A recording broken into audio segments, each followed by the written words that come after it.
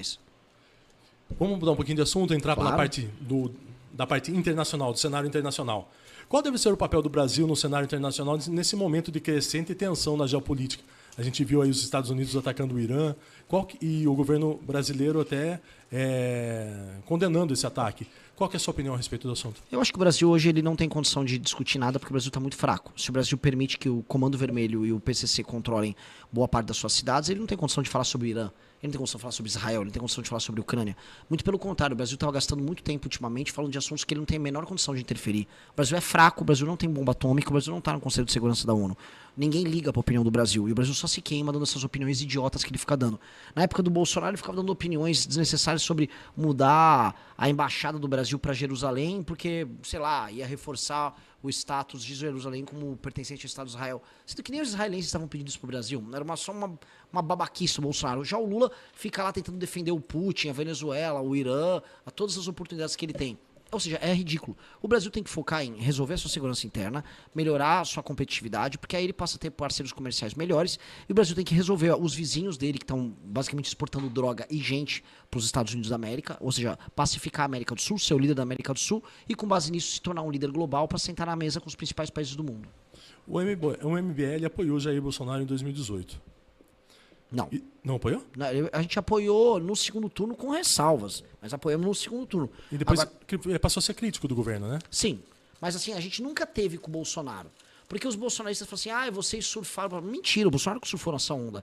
Quem fez as manifestações pelo impeachment da Dilma Rousseff foi o MBL. O Bolsonaro veio aparecer pra valer Inclusive, depois. você se destacou nisso, né? Você foi um dos destaques na questão do impeachment da Dilma, Sim, né? eu fundei o MBL, eu convoquei com os rapazes as primeiras manifestações e eu fui vice-presidente do comitê do impeachment lá em Brasília. Então, eu fui um dos organizadores centrais desse processo. E aí mudou, se tornou crítico do governo do Jair Bolsonaro. Sim, eu já era crítico. Sim, mas qual que foi o maior motivo para ser... São muitos. O Bolsonaro é fraco, o Bolsonaro é corrupto, o filho dele é corrupto, ele traiu os eleitores. Essa soma de, vamos dizer, práticas erradas e essa postura hegemônica burra que ele tem, ou seja, ele viu assim, ele percebeu que era muito fácil enganar os brasileiros, muito fácil enganar os próprios eleitores, e ele basicamente mordeu a maçã, como a Eva, né? Aquela coisa da tentação de, poxa, eu posso seguir o mesmo caminho que o Lula. Ele tinha a opção de não ser o Lula, ele escolheu ser um Lula. E aí ele escolheu ser o Lula sendo populista, mentindo para os seguidores, fazendo essa estratégia de manipulação sentimental, igualzinho que o Lula faz, e a gente se opôs a isso, a gente não aceita essas coisas. O senhor acredita que vai vingar essa candidatura, uma pré-candidatura do Flávio Bolsonaro? Como pré-candidatura, sim. E até como candidatura, vamos dizer, para ficar entre os 3 primeiros, ele vai ficar entre os 3 primeiros em qualquer cenário. Sua pré-candidatura, vamos falar de você agora. Sua pré-candidatura é para disputar de fato ou é somente para fortalecer o partido? Não existe isso de fortalecer partido. O partido a gente montou com o objetivo de ganhar eleições. Foi muito esforço, muita gente debaixo do sol coletando assinatura. Aqui em Piracicaba, inclusive, tô com uma coletora me olhando, os coletores me fiscalizam. Né? Eles nunca vão deixar eu criar basicamente um partido para participar. Tipo, o importante é competir. É para ganhar. Que perfil de eleitor o senhor pretende conquistar? Todos. Todos. Absolutamente todos. Hoje a gente tem é muito forte com o eleitorado jovem e homem, mas nesse instante a gente está começando a fazer a abertura do eleitorado mais feminino. Inclusive no TikTok, o número de seguidoras... Inclusive é o maior colégio eleitoral, é o colégio feminino, sim. Né? Mas, por exemplo, eu vou muito melhor entre homens do que mulheres. Dito isso, no TikTok, meu público já é igual homem e mulher. Então há um processo de mudança. O Brasil precisa de uma reforma política urgente. Qual seria a principal mudança? Muitas, né? Com algumas coisas que eu faria. Eu trocaria o modelo proporcional de lista aberta, que é o que a gente tem, para o distrital misto. Certo. Então, um modelo que teria distritos, as pessoas poderiam votar em políticos do distrito, cada distrito elegeria um político, e, paralelamente, os partidos teriam uma lista fechada, montada pelo partido, com candidatos com voto de opinião. Isso ia tirar 2 tipos de político. O político tipo Tiririca, que eles tacam só para ter voto, e hoje esse político que é da bancada do Instagram, que eles ficam lá no Congresso, eles eu tô lutando contra o sistema, puxa um monte de gente e fica só gravando vídeo, tipo Nicolas Ferreira. Então, eu acho que isso é muito... É interessante, melhora a qualidade da representação, tanto localmente quanto em termos ideológicos.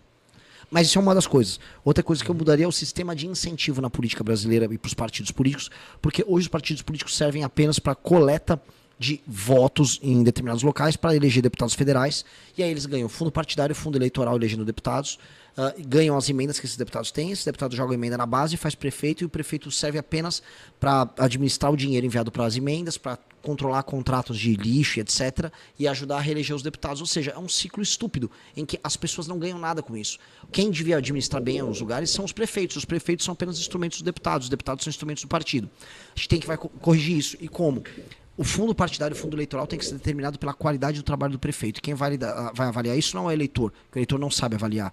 São critérios objetivos que envolvem segurança, cobertura de esgoto, saúde, atividade econômica, arrecadação. E isso cria, através desses instrumentos, vamos dizer, uma medida objetiva de avaliação que aí pode fazer com que o partido ganhe mais ou menos dinheiro do fundo partidário e do fundo eleitoral. E também o prefeito que não cumpre esses requisitos, ele perde os direitos políticos por 8 anos. Aí, assim, o sistema político está bem reformado. Como melhorar a relação entre os poderes e reduzir as crises institucionais? Tendo, acima de tudo, um líder no poder executivo, um presidente da República, que não seja corrupto ou que não chegue lá fazendo acordos que ele, enfim, não teria orgulho de contar em público. O senhor defende mudanças no sistema eleitoral brasileiro? O senhor já até falou sobre a questão da parte do misto, né? Do distrital misto. Não, o que eu citei aqui seriam mudanças eleitorais. Qual é hoje o maior problema do Brasil, no seu ponto de vista? Segurança pública. Segurança pública e depois corrupção. Qual decisão impopular um presidente precisa tomar para o país avançar? Mexer, especialmente agora, na aposentadoria de muitas categorias. Os militares são um deles. Outra medida é acabar com o modelo do Bolsa Família que existe para muita gente. Hoje o Bolsa Família atinge homens de 25 anos, marmanjos saudáveis que podiam trabalhar e estão botando dinheiro no bolso às custas de outras pessoas que estão ralando. O Bolsa Família passou a ser eleitoreiro, né? Lógico, mas ele sempre foi, mas ele passou a ser um instrumento de injustiça. Ou seja, hoje tem muita gente ganhando às custas do trabalho de outros.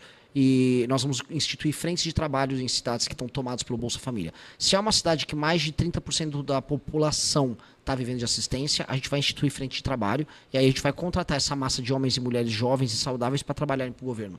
Eu até comentei contigo antes. O Renan já está preparado para viajar o Brasil todo? Olha, preparado eu tô. O problema é que, assim, as estradas que não estão preparadas, né? Para receber. Pô, assim, é muito precário. Tirando o estado de São Paulo, que realmente é muito bom. O estado de São Paulo é outra realidade. É outra realidade. Agora, o interior do Brasil, as estradas são uma piada. Tipo, assim, eu não sei quem vai me matar antes, um acidente de trânsito ou o Comando Vermelho nessas viagens. Espero que nenhum dos dois.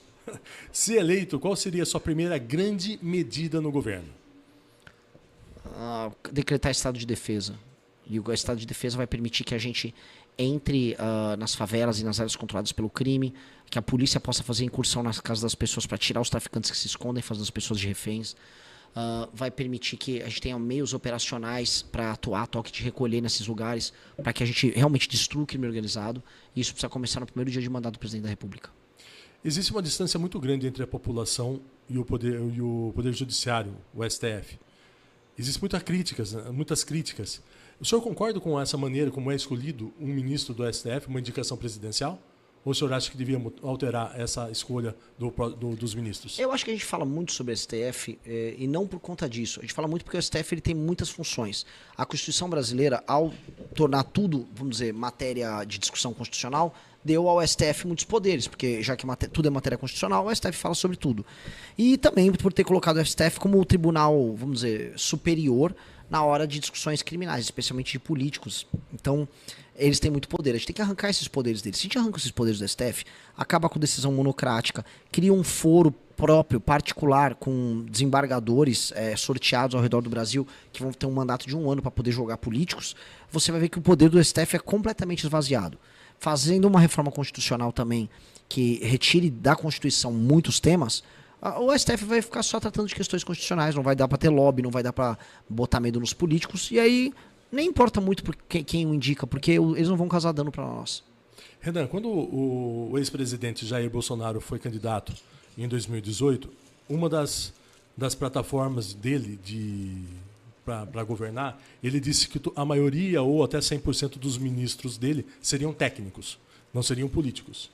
E aí ele começa com essa linha de raciocínio. E depois ele viu que, para governar, ele precisava ter mais políticos do que técnicos. Como que vai ser a sua escolha ministerial caso eleito presidente da República? Eu não acredito na dicotomia técnico e político. Até porque se você está numa atividade política, você é um político. E o seu técnico tem que ser ele próprio político. Ele tem que saber que ele está num jogo de poder. Ele tem que caminhar nos dois lados. Lógico, não existe uma coisa que é só um, outra coisa que é só outra. Então, eu posso encontrar grandes políticos que vão ser capazes de ter realizações tecnicamente brilhantes. Eu vou dar um exemplo aqui, não ficar fugindo. O Fernando Henrique foi ministro da Fazenda. Ele foi, talvez, o maior ministro da Fazenda da história. Ele não era um economista, ele não era um técnico, ele foi um político. Sociólogo, chamou para perto dele a turma da Casa das Garças, lá do Rio de Janeiro, alguns economistas brilhantes, e fez o Plano Real. Ele era um político. Então, um político pode fazer realizações essencialmente técnicas, eminentemente técnicas. O Roosevelt fez um governo nos Estados Unidos que construiu a infraestrutura americana. Ele não era um técnico, ele era um político. Então, eu acho que essa é uma falsa dicotomia que a gente não precisa seguir. Até a criação do medicamento genérico foi criado pelo Serra, que não era médico. Que não era médico. Excelente ponto. Exatamente. Então, a gente pode levantar inúmeros casos em que essa divisão ela é quebrada. Ela é uma falsa divisão. Na verdade, era um discurso que o Bolsonaro tinha que ele não tinha condição de cumprir. Como nenhum tem. Isso é um falso discurso. Eu acho o seguinte, por exemplo, se eu trouxer uma grande liderança política que tem um corpo técnico ao redor dela sério, essa liderança política será muito bem embasada e aí ela vai usar a capacidade política dela para levar aquelas políticas criadas pelos técnicos a cabo. Beleza. Vamos entrar num assunto que está sendo do momento. O que o seu governo faria para evitar novos escândalos, como o que aconteceu com o do Banco Master? Punições muito duras. Você vai ver que eu sempre... Tem um ovo da serpente, que é o seguinte, a gente vê um escândalo do Banco Master e todo mundo falou, olha, para resolver isso, a gente tem que evitar agora essa febre das fintechs.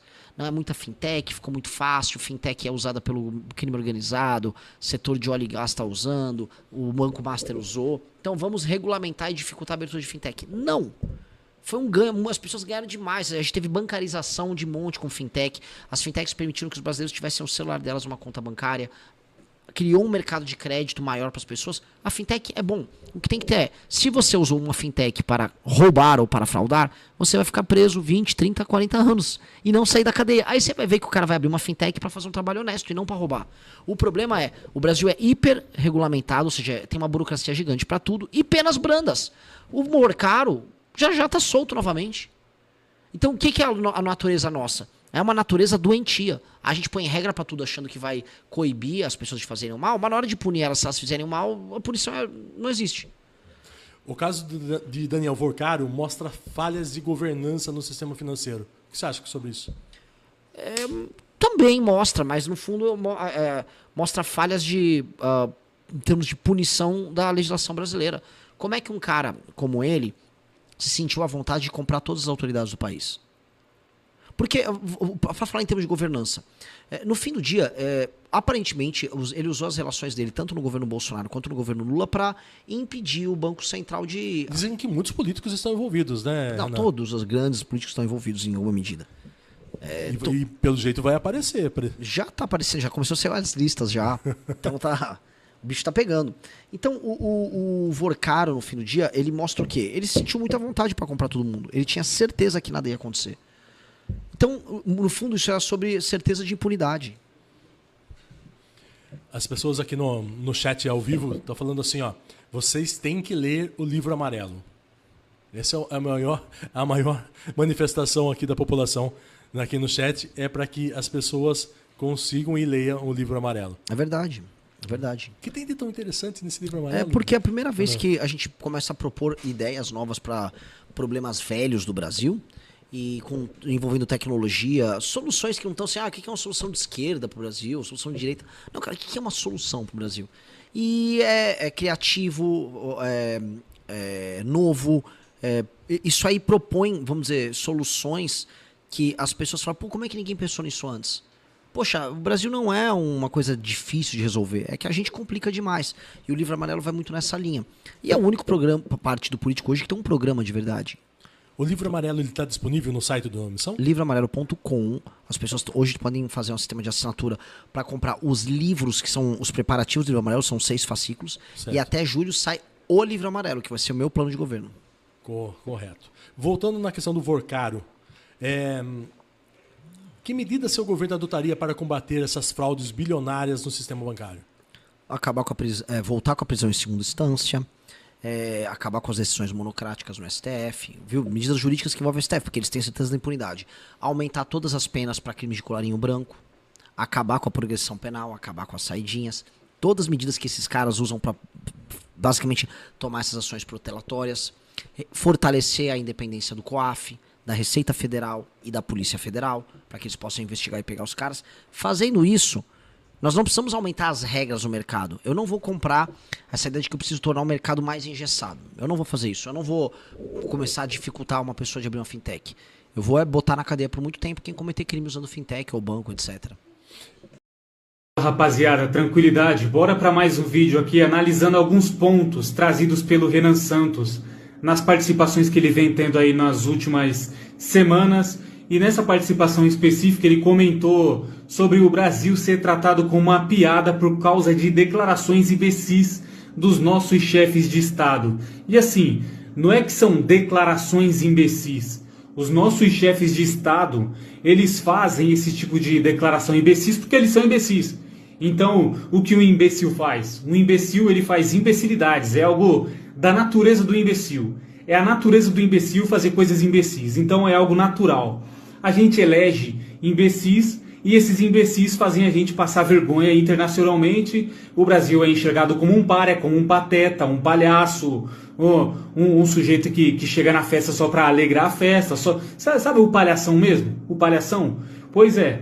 Cara, se a gente for pegar aqui, fazer uma lista de declarações imbecis do Lula e do Bolsonaro, vai dar um livro de umas 200 páginas. Assim, de cabeça.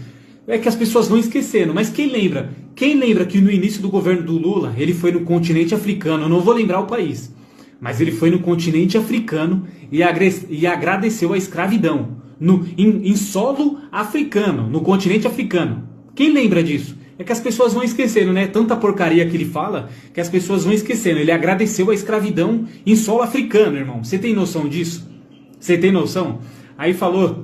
Não, disso eu dei risada, tá? Eu não posso mentir, eu dei risada. Ficou engraçado. Ficou engraçado, irmão. Ficou. Não tem como negar. Ele falou lá de um cara banguelo na capa da revista. Como que você pôde colocar um homem banguelo na capa da revista? E ainda negro? Irmão, o Lula é muito maluco, cara. Que país, cara. Que país maluco que a gente vive, cara. Que país maluco. E não deu nada, né? Óbvio, não deu nada. Imagina o Bolsonaro falando um tipo de coisa desse. Imagina, que coisa de maluco, cara. Que coisa de maluco. Então, declarações imbecis, não é assim, declarações imbecis, não. A gente tem que parar de eleger imbecil. Porque se a gente continuar elegendo imbecil, a gente vai viver ouvindo declarações imbecis. Porque, é como eu disse, é natural do imbecil fazer coisas imbecis, falar coisas imbecis, é natural, entendeu? É natural, ele simplesmente vai fazer isso, é da natureza dele. Outra coisa que o Renan comentou foi isso aqui: ser o líder da América do Sul e com isso ter autoridade para sentar à mesa com as autoridades, com as maiores potências do mundo. Então o Brasil tem que exercer autoridade aqui na América do Sul, que não está acontecendo. Aliás, o Brasil não exerce autoridade nem dentro do seu próprio país. Então uma das coisas que tem que acontecer nessa nação aqui, tem que acontecer, o Brasil tem que exercer autoridade em seu território nacional, extirpar essas facções daqui. É um negócio simplesmente inaceitável que existam facções tomando verdadeiros nacos, territórios do país, e nada é feito, entendeu? Nada é feito. Facções criminosas cobrando impostos. Irmão, o único ente que tem o direito de cobrar impostos do povo é o Estado. Se tem um outro ente cobrando impostos da população, esse é o Estado, entendeu? É o Estado paralelo. É o que eu comentei em outros vídeos já. Dentro do Brasil existem outros estados. É um inimigo externo, é o que o Renan vive falando. O Brasil possui inimigos externos. Possui. No Rio de Janeiro tem lá o Comando Vermelho lá. E um monte de territórios completamente tomados. Então o Brasil, antes de exercer a liderança na América do Sul, é necessário que ele exerça a sua autoridade em seu próprio território, né, cara? Isso é óbvio. E assim, Foi um negócio bastante vergonhoso pro Brasil. Foi bastante vergonhoso isso. O Trump vem aqui, irmão, dá 2 tapão na mesa. O Trump veio aqui no nosso quintal, deu 2 tapão na mesa, falou, eu que mando aqui. E levou o Maduro embora, irmão. Aqui, ó, do lado. Aqui do lado, aqui, ó. Aqui do lado. É verdade que eu não ia achar nem um pouco ruim se ele levasse o Lula também, né? Não seria nem um pouquinho ruim. Se bem que o Haddad que ia ser o presidente, né? Se o Lula fosse levado, então ele teria... O Trump tinha que vir aqui com uma comitiva enorme, com o porta-aviões dele, para caber todo mundo, entendeu? Levar o PT inteiro, levar o Lula, levar a Gleisi Hoffmann, Haddad, Janones, Tabata Amaral, até o pessoal do PSOL, o Boulos, levar todo mundo. Cara, que sonho isso seria, que sonho. Sonhar não custa nada, né? Isso que dizem. Então, voltando, o Brasil precisa exercer liderança na América do Sul. Olha o tamanho desse país. Olha o tamanho do Brasil, irmão. Olha só, isso aqui já foi dito, isso aqui é muito sério, as pessoas não levam a sério isso aqui. Se o Brasil não exercer a liderança que tem que exercer na América do Sul, o Brasil, com o passar do tempo, vai acabar demonstrando fraqueza. Olha só, irmão, em todos esses anos, nessa indústria vital, o Brasil ainda continua com um território desse tamanho. Você acha que é muito difícil o Brasil ser repartido, ser transformado em vários outros países? Você acha muito difícil isso acontecer? Cara, com as elites que nós possuímos, com os presidentes imbecis que o brasileiro é acostumado a eleger, não é impossível o Brasil ser todo fatiado e se transformar em vários outros países pequenos. Não é impossível. Cara, isso não é impossível. O Brasil ser invadido por potências estrangeiras e ser totalmente fatiado, entendeu?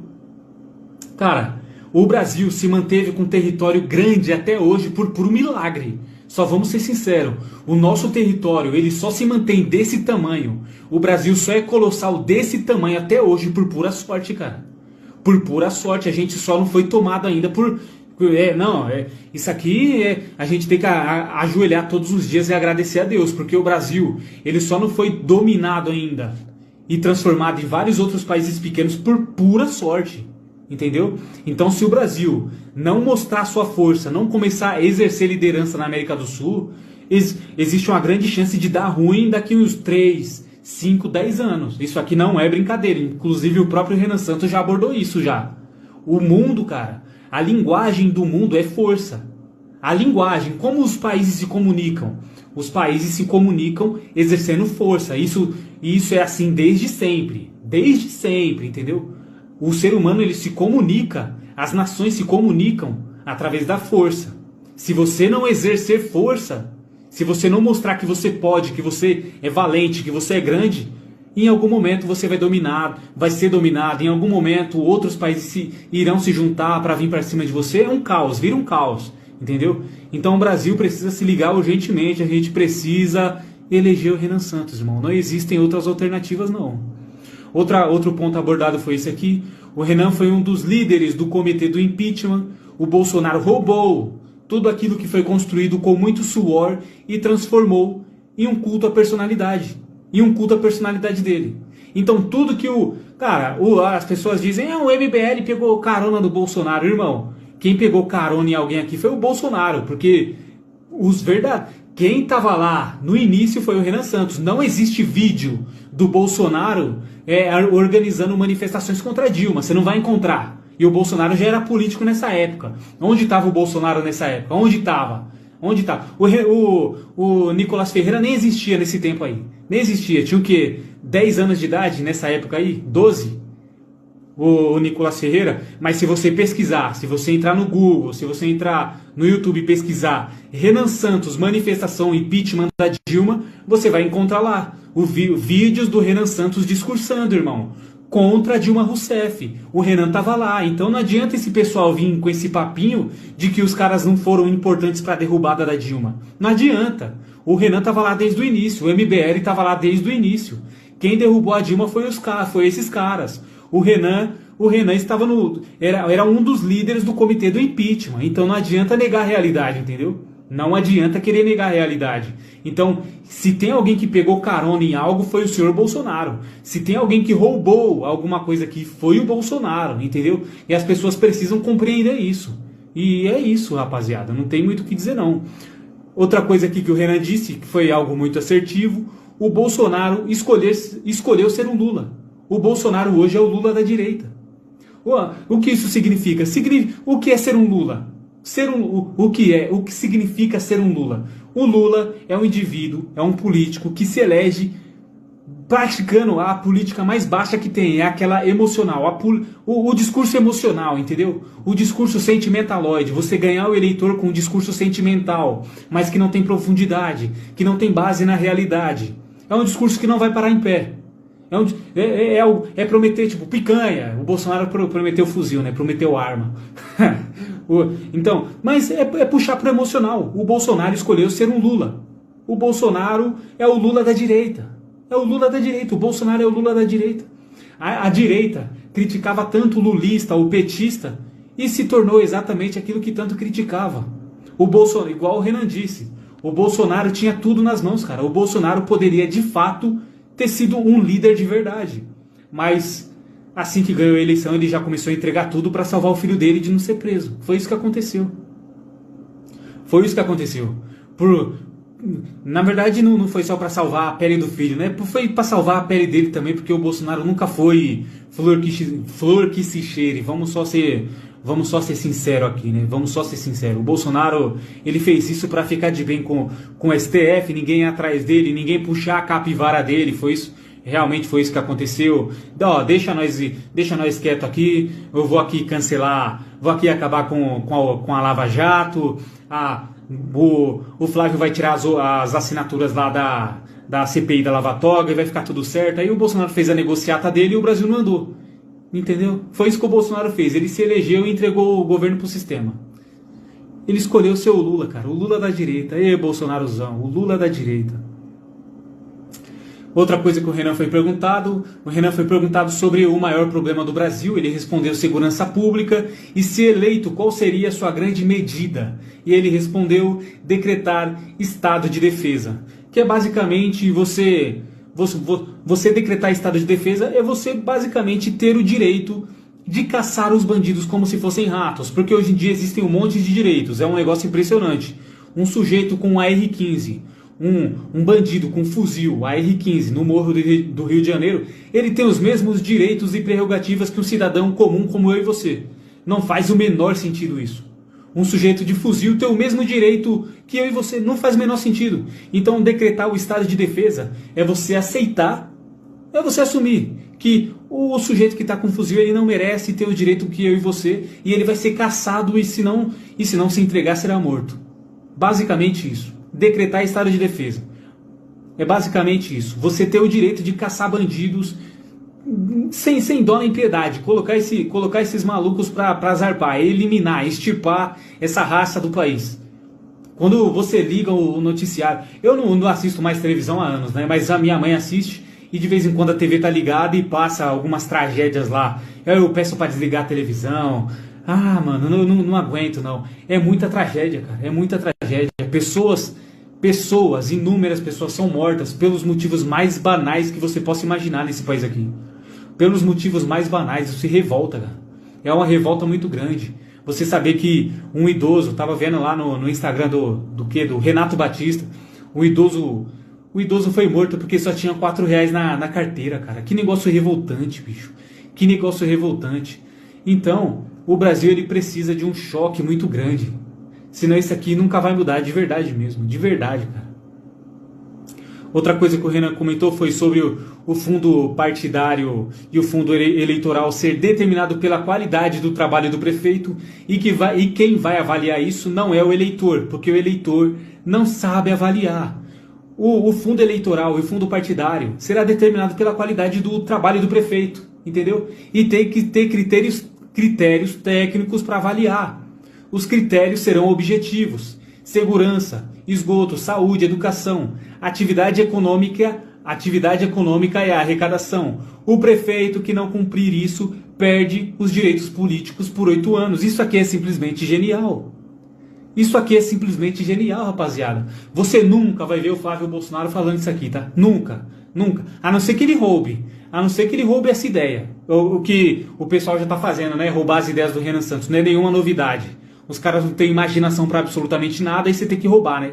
você não tem imaginação para criar nada, o que você faz? Você copia o amiguinho, e é isso que está acontecendo. Inclusive, até o Nicolas Ferreira já tá nesse caminho aí de pegar ideias do Renan Santos. É algo natural, não tem nem como impedir isso.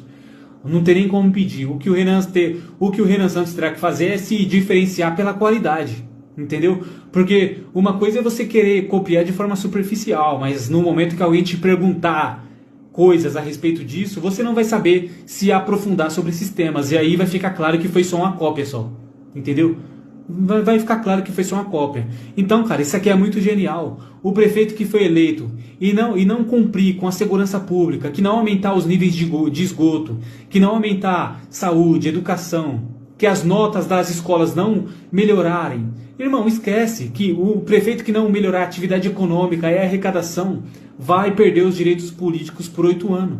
Por 8 anos. Ah, mas isso não daria certo porque é inconstitucional, bababá, bababá. Pois é, mas aí, meu amigo, as pessoas que votarem em Renan Santos, o Renan Santos já falou. O Renan Santos já deixou claro isso. Meu amigo, o Renan Santos sendo eleito, não tem como. Tem que ir pra cima desse judiciário que só defende vagabundo e atrasa o país. E não faz nada daquilo que é certo, não faz nada daquilo que presta. Se existe algo que presta, é inconstitucional. No Brasil é impressionante. Se existe algo que presta, que tem futuro, que pode melhorar esse país aqui, é inconstitucional. Os caras vão dar um jeito de atrasar, de falar que não vai fazer isso, mas o Renan Santos vai pra cima, e a gente vai pra cima, cara.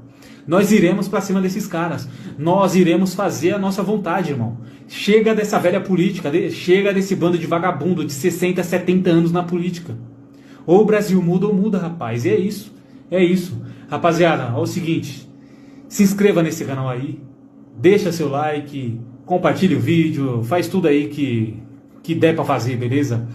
Eu vou ficando por aqui. Um forte abraço e até o próximo vídeo.